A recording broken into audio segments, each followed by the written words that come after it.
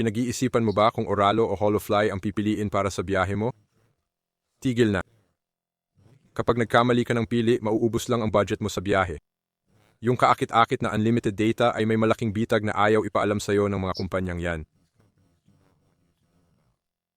I-imagine mo na lang na dumating ka sa ibang bansa pagkatapos ng mahabang, nakakapagod na biyahe. Pagod ka, dala mo ang gamit mo at gusto mo lang umorder ng Uber o i-check ang Google Maps para hanapin ang hotel mo. Pero imbes na maayos na koneksyon, stuck ka sa dead zones o sobrang bagal na internet na hindi ka makapag-text sa pamilya mo.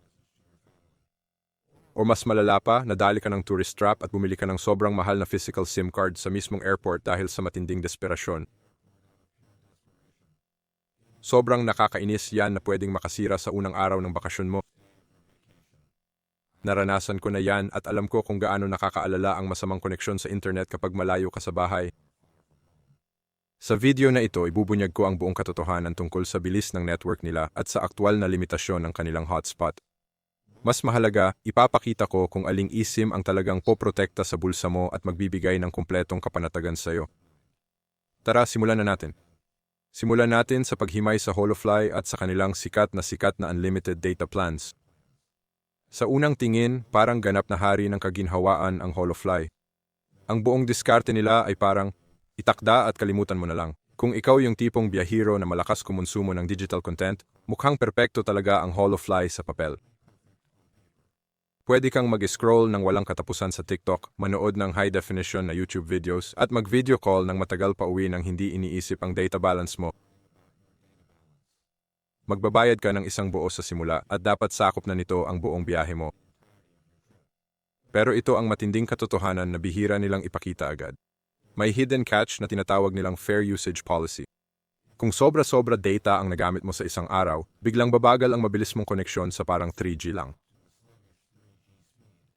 Ibig sabihin, yung unlimited na data mo ay technically unlimited nga sa capacity, pero hindi sigurado yung premium na bilis buong araw. At meron pang mas malaking abala na talagang nakakagulat para sa maraming naglalakbay. Napakahigpit ng patakaran ng Holofly sa pagbabahagi ng network mo. Sa maraming pagkakataon, limitado ka lang sa 500 megabytes ng hotspot data kada araw. Pag-isipan mo yan saglit. Kung isa kang digital nomad o kailangan mong mag-connect ng laptop para sumagot ng emails o umakyat sa mabilisang Zoom call, mawawala agad ang 500 megabytes. Ang napakahigpit na limitasyong ito sa hotspot ay magiging malaking sakit ng ulo. Hindi mo ito pwedeng pagtiwalaan para sa seryosong remote na trabaho. Pero sa kabila ng mga limitasyong ito, kung ang habol mo talaga ay ang mag-browse ng walang kahirap-hirap direkta sa phone mo at hindi mo naman kailangan i-share ang connection mo, super lakas pa rin talaga ng Holofly. Actually, may paraan ako para matulungan ka ngayon din na mapababa ang presyo nila. Gamitin mo lang ang discount code na DESICLIST para makakuha ng 5% na diskwento sa kahit anong Holofly Travel eSIM. Kung balak mong mas matagal na commitment, ang parehong code na DESICLIST ay magbibigay sa iyo ng 10% na diskwento sa Holofly plans para sa unang 12 na buwan. Para hindi ka na mahirapan, naglagay ako ng link na automatic na mag-a-apply sa itaas ng description sa baba. I-click mo lang ang link sa description para automatic na ma-apply ang code kapag nag-checkout ka. Ngayon, lipat naman tayo ng usapan at pag-usapan natin ang Oralo. Ibang-iba ang style ng Oralo. Imbis na unlimited data, gumagamit sila ng klarong pay-per-GB model. Malaking tulong talaga itong setup na to para sa budget mo sa travel. Dahil direktang nakikipagtulungan sila sa mga top-tier na lokal na network sa buong mundo, palaging maganda ang iyong coverage at sobrang stable ang bilis ng 5G. Pero ang pinakamalaking bentahe talaga ng Oralo kumpara sa Holofly ay ang kanilang hotspot policy. Sa Oralo, walang kahit anong artipisyal na pang-araw-araw na limitasyon sa tethering. Pwedeng gamitin ang bawat megabyte ng data na binili mo para paganahin ang laptop mo, i-share sa travel partner mo, o i-power ang tablet mo. Kung nagta-travel ka para sa trabaho o may maraming dala na devices, hindi mo pwedeng palampasin ang flexibility na ito.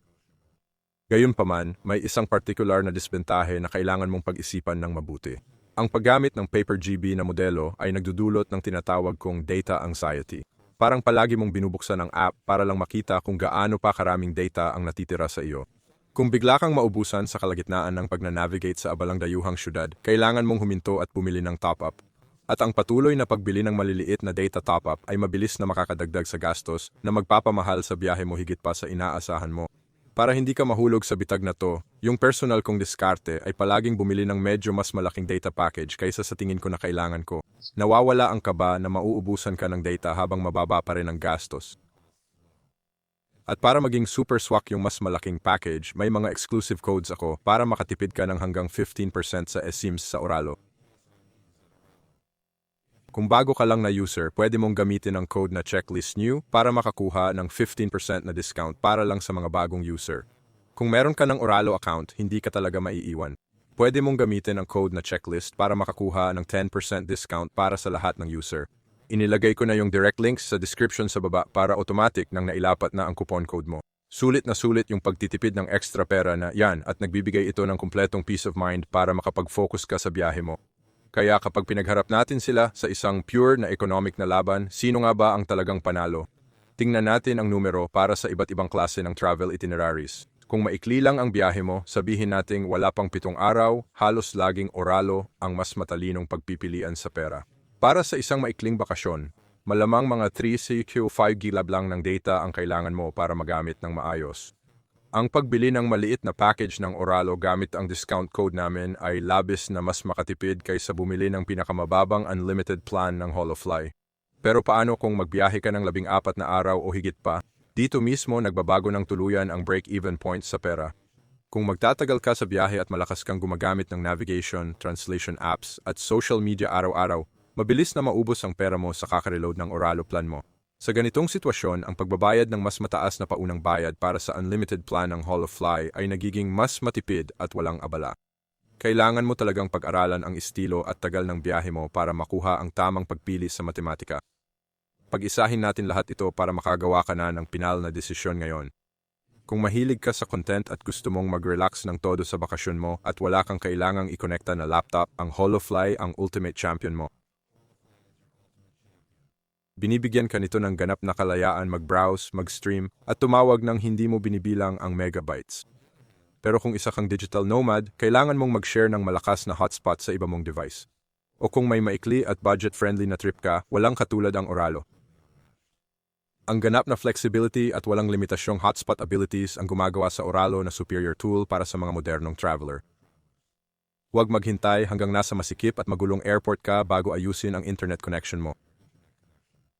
I-secure mo ang connection mo ngayon bago ka pa mag-impake. I-check ang links sa description or sa nakapin na comment para automatikong ma-apply ang discounts mo. Gamitin ang code na checklist new para sa 15% off o checklist para sa 10% off sa Oralo. O gamitin ang code na DSEClist para sa 5 to 10% off sa Holofly. Magkaroon ka ng isang fantastic at fully connected na biyahe. Magkikita tayo sa susunod na video. Kung gagamitin mo ang link ko, makakatulong ito sa pag-support ng channel.